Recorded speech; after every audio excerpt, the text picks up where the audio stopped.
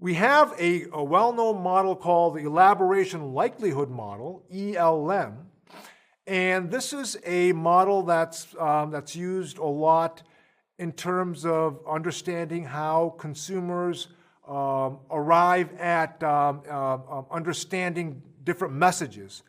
The elaboration likelihood model suggests that there's two different routes to persuasion or to attitude formation.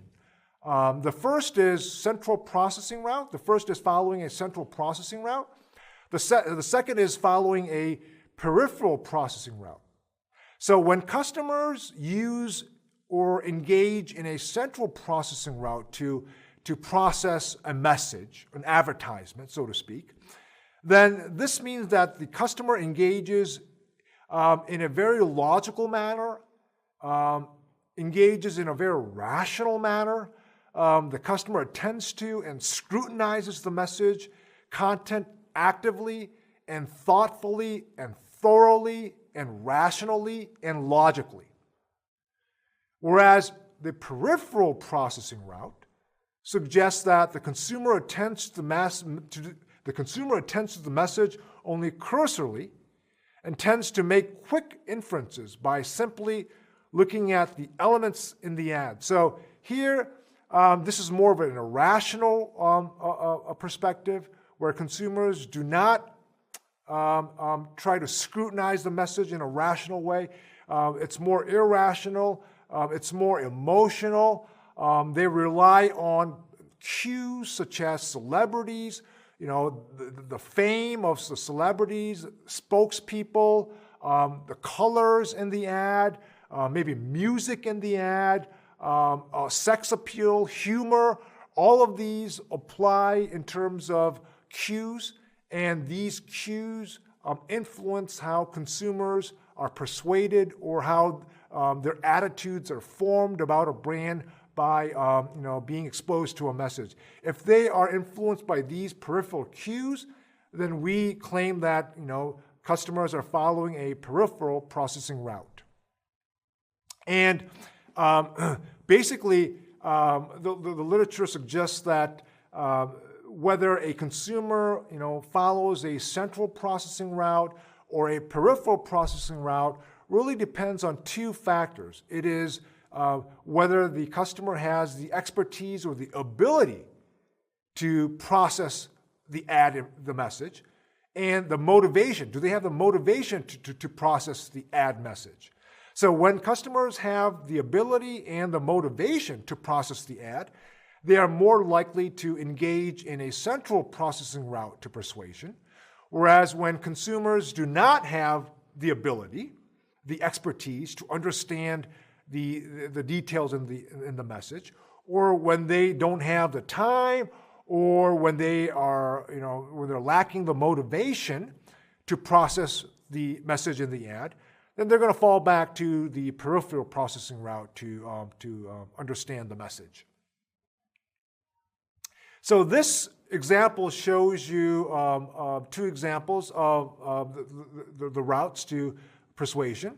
And this is an ad about body lotion, Aveeno. And on the left-hand ad shows you more scientific information, more data, more information about what this body lotion does and how it can be effective in curing and preventing dry skin and so forth.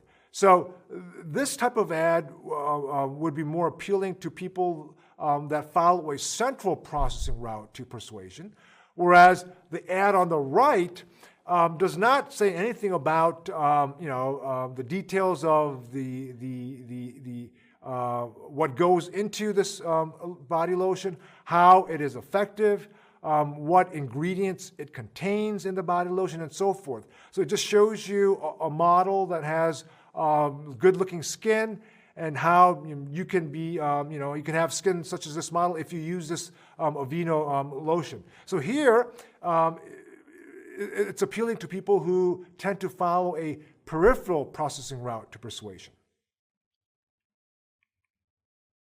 So this slide shows you that the impact of different sources of communication So at the very bottom, we see that customers go through 3 stages before they make their final choice of what brand to purchase. So it's the initial consideration of the available brands in the market, and then they may do some type of comparison of these different brands in the market, and then ultimately they're going to decide on their final choice. And what this framework is showing you is that different channel members or different parties exercise different influence across these 3 stages. So in the initiation consideration stage, as you can see here, it is producer-initiated communication that has the strongest influence. So it's the manufacturer that exercises the most influence in terms of consumers' initiation consideration. So, a manufacturer may develop an ad that makes customers aware of their brand in the marketplace, or shows an ad that how it's more effective than the other brands in the marketplace.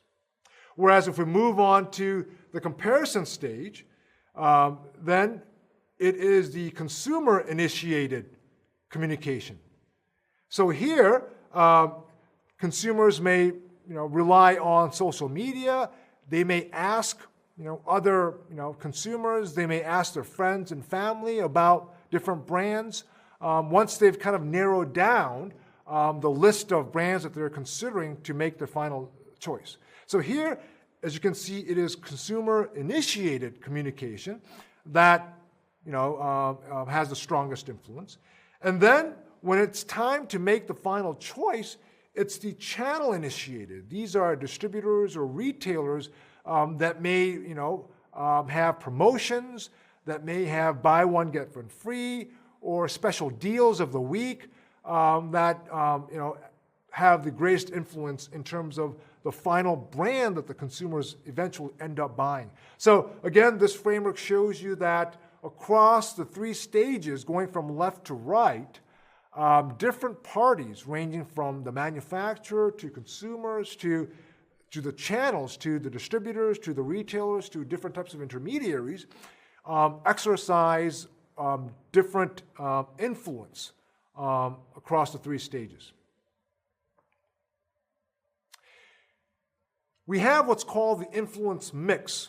So the influence mix is a concept that's comprised of 3 different elements: the P, the M, and the O. So the first element, which is the P stands for prior preferences or prior beliefs and prior experiences of a customer. And then the M is information from the company. And then the third is input from other people. So this influence mix basically goes to show you that there are 3 factors that exercise influence in customer decision making. So when consumers make decisions about which brands to purchase, they are going to be affected by 3 different types of factors, elements. The P, what they've bought prior, what their experience was with their prior brand, or their beliefs, their own beliefs. So the P basically is about me, what I think about these brands in the marketplace. And then the M is about, this is information from the company. So this would be advertising. A classic example of M would be advertising or promotions. And then O is others. It's input from others. So with social media nowadays, and we get a lot of information from others by reading reviews that are online, by reading blogs, by reading, getting access to, social media sites or review sites such as Yelp, TripAdvisor, and so forth. So there's a lot of, sites where we can go to get access to how other people, other customers, people that are in similar situations as I am, how they've experienced the brand that I'm considering. So these 3 factors will come into play in terms of how a customer ultimately makes a decision about which product or brand to purchase.